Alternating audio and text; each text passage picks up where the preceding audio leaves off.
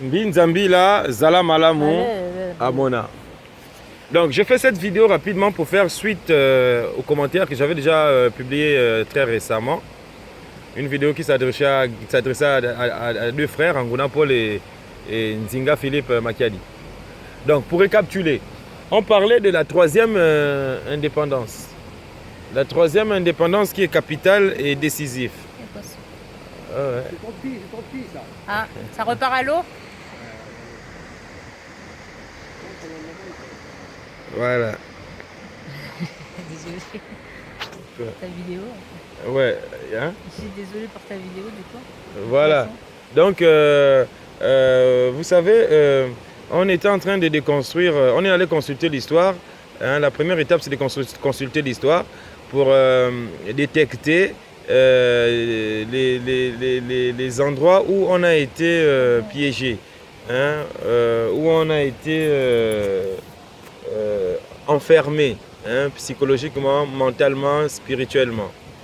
Donc, nous allons revisiter l'histoire pour déconstruire tout ce mécanisme machiavélique qui a été mis en place pour perdre l'homme noir ou pour blanchir l'homme noir. Donc, parmi ces mécanismes que nous avons présentés en 3 étapes, il y avait l'esclavagisme, qui a été le moyen par lequel les peuples non africains se sont permis, le moyen par lequel les peuples non africains se sont accaparés des corps africains. Hein, l'Africain lui-même ne possédait pas son corps, il était esclave. Et cet esclavagisme, j'aimerais qu'on précise ça bien, hein, sans pitié. Hein. Je m'adresse à des frères africains qui ont des femmes blanches françaises ou des frères africains qui ont des femmes maghrébines. Ne vous laissez pas sentimentaliser. Hein. Il faut leur dire ça jour et nuit. Hein. Il y a eu l'esclavage de l'Occident et l'esclavage de l'Orient. L'esclavagisme de l'Occident a été soutenu par le christianisme, hein, avec le discours du pape Nicolas V. L'esclavagisme de l'Orient a été béni, laissé faire, encouragé par l'islam, avec les Omeyyades, les Abbassides, tous ces califes qui sont passés, qui ont normalisé ça. De toute façon, dans le Coran n'abolit pas, le Coran n'a jamais interdit l'abolition de l'esclavage. Et quand tu parles avec certains musulmans qui se disent musulmans, ils disent ouais, le Coran a permis l'abolition légèrement, hein, à degré. Pendant 1400 ans. Ils vous disent ouais, le Coran a demandé à ce que l'esclavagisme soit aboli petit à petit, pendant 1400 ans. Alors qu'ils ont aboli systématiquement la consommation du porc et de l'alcool. C'est des foutaises ces choses-là. Ne vous laissez pas avoir. Donc, nous parlons de ces deux genres d'esclavagisme qui ont fait du mal à l'Afrique. Apprenez ça à vos enfants. Donc, ils ont possédé le corps de l'Africain. L'Africain ne possédait pas son corps. Ça, c'est 1. 2. Ils ont pris les terres africaines. Ces mêmes peuples-là dont je vous dis, ils ont pris les terres africaines. Ils ont colonisé l'Afrique parce que le Maghreb est peuplé par les Maghrébins. Ces Maghrébins qui viennent du Moyen-Orient, de l'Asie.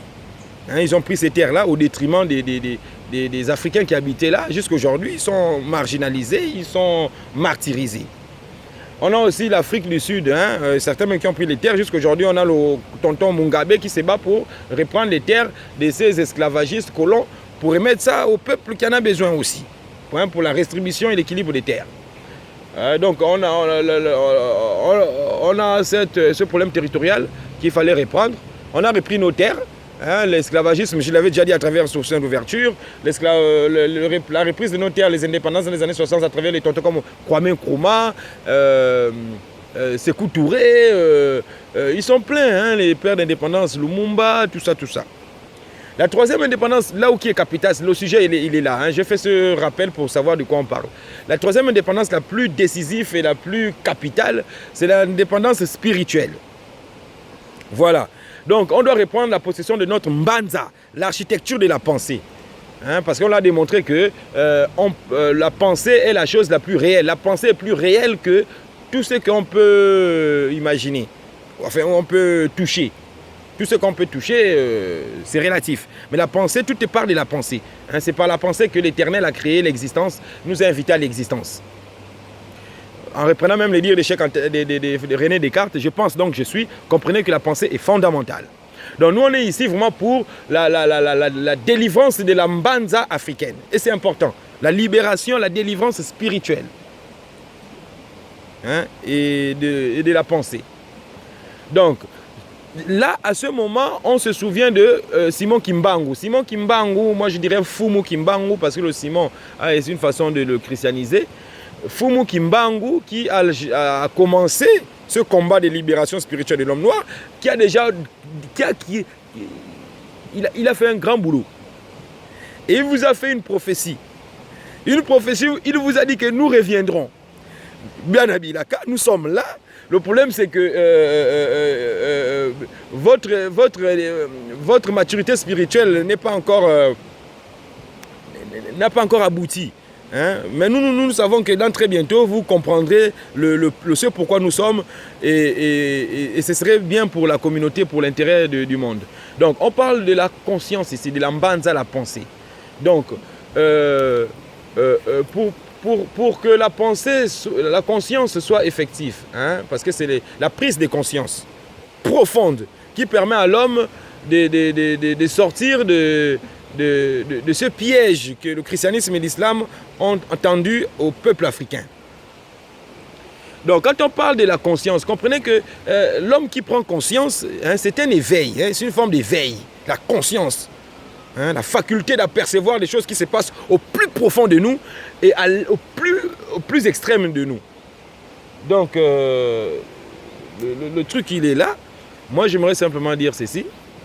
La prise de conscience. La prise de conscience, c'est cet éveil. Hein, cette prise de conscience doit nous apporter des réponses à 4 grandes questions fondamentales. Les 4 questions fondamentales sont... Parce que la prise de conscience nous apporte la réponse de ces 4 questions fondamentales. Ces 4 questions qui sont qui suis-je? D'où je viens? Quelle est ma mission? Et quelle est ma destinée? Comprenez-moi mes frères, hein? C'est très important ce que je vous dis. Lorsque vous arrivez à répondre à ces 4 questions, vous avez réalisé ce qu'on appelle la prise de conscience.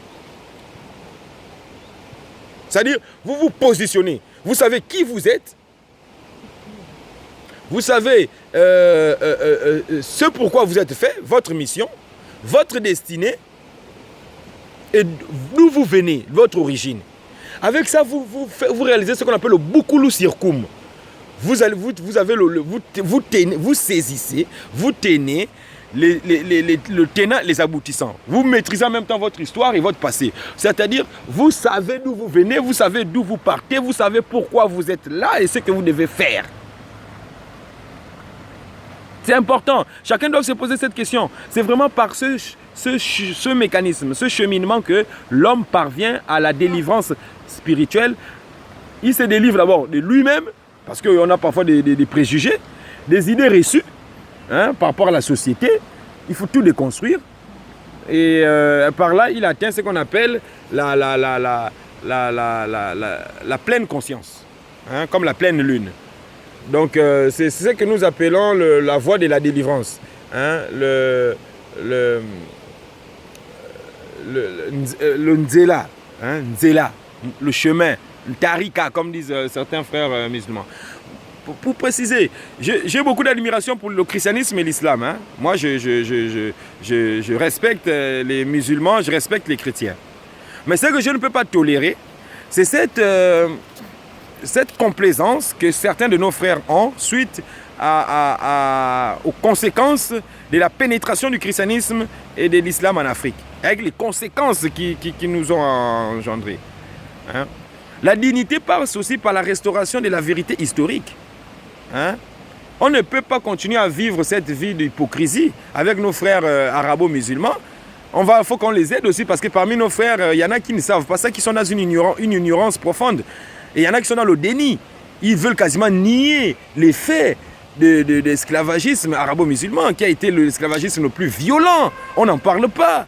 Et qui a été arrêté par le fait que les Français sont venus en Afrique. Les Français, quand ils ont colonisé le Maghreb, ça a stoppé l'esclavagisme là, mais en même temps, eux aussi, ils ont repris la relève. Mais je préférais encore l'esclavagisme, excusez-moi de dire, parce qu'aujourd'hui, en Europe, on a eu un président issu de l'esclavagisme quand même aux États-Unis.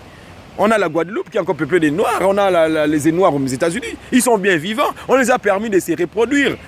Mais les esclaves de l'Orient, on les coupait les sexes, Mais c'était violent. Aujourd'hui, ils sont très peu et beaucoup ont disparu. Donc, arrêtez de nous dire que non, c'était pas l'islam, c'était des arabes ou bien... Non, non, c'était des arabo-musulmans. C'était des musulmans qui pratiquaient leur religion et qui possédaient leurs esclaves. C'est ce qu'on a en Mauritanie aujourd'hui. Avec le combat que mène mon frère Kémy Seba, dédicace à lui. On ne doit pas... Écoutez, c'est ainsi. Dieu n'est plus dans ces religions. Moi, je viens pour vous apporter ce message que moi, je suis... Je ne sais pas, je ne vais pas tout déclarer. Dieu, que vous appelez Dieu, je ne sais pas qui vous a dit qu'il s'appelle Dieu, mais on va rester sur ce concept. Il n'est plus dans ces religions. Il les a vomis. Parce qu'ils ont pratiqué l'abomination. Vous savez, le même Dieu qui était avec le peuple noir, hein, quand le peuple noir vivait la Tamari, hein, quand les peuples noirs ont bâti les pyramides en Égypte. Mais c'est le même Dieu qui était avec eux, qui soutenait le bras du peuple noir, hein, la force de l'épée.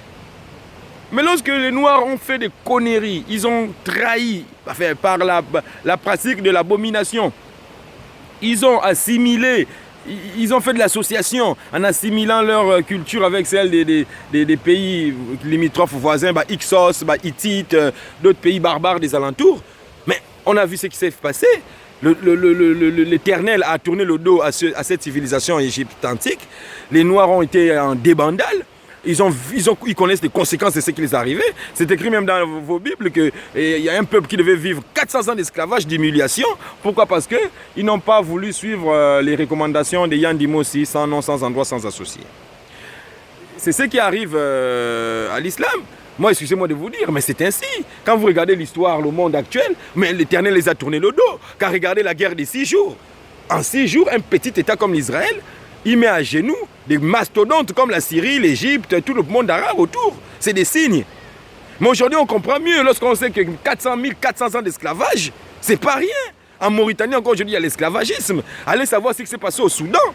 Lors de la guerre qui a eu lieu, je vais vous trouver les références, mais il y a une guerre qui a eu lieu au Soudan au 19e siècle, au 10e, 19e siècle. C'était une bataille terrible. Ils sont allés chercher tous les barbares d'Afghanistan, des peuples sont venus de partout de l'Asie. Ils sont venus combattre l'Africain en Égypte. L'Africain d'Égypte s'est replié au Soudan. Ils l'ont poursuivi au Soudan. Ils étaient obligés de signer un accord pour éviter ces massacres, de donner 900 Soudanais par an ou par mois, 900 pour aller les mettre en esclavage. Qui l'ont fait? C'est des cheikh qui étaient là, des imams qui étaient là à l'époque, des califes qui étaient là à l'époque. Et il faut que vous le sachiez, dans le Coran, il n'y a pas un endroit où le Coran interdit formellement par une loi l'esclavagisme, au contraire.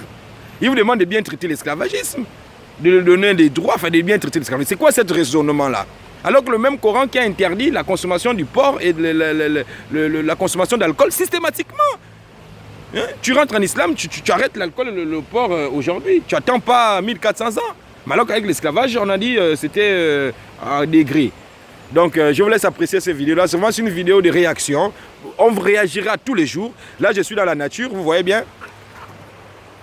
Je suis dans la nature en train de me ressourcer parce que le principe de la chlorophylle et la mélanine sont similaires. Hein. On capte le soleil pour synthétiser notre matière organique. Mbinzambila, Hamayamai, Hilum Wem Udulai Nambila Yandili Amayamai, Miliki ya Umbu, Yakananu Awa Imanai, Yakanangeta, Yandi, Hain Taf, Hain Kumisa, Hain Taf, Hai Salandi, Mai Talaili, Igwe, Munu Igwe, Mbunzu Yahili, Yandi Ndele, Indeluo, Amona, Ndombasi.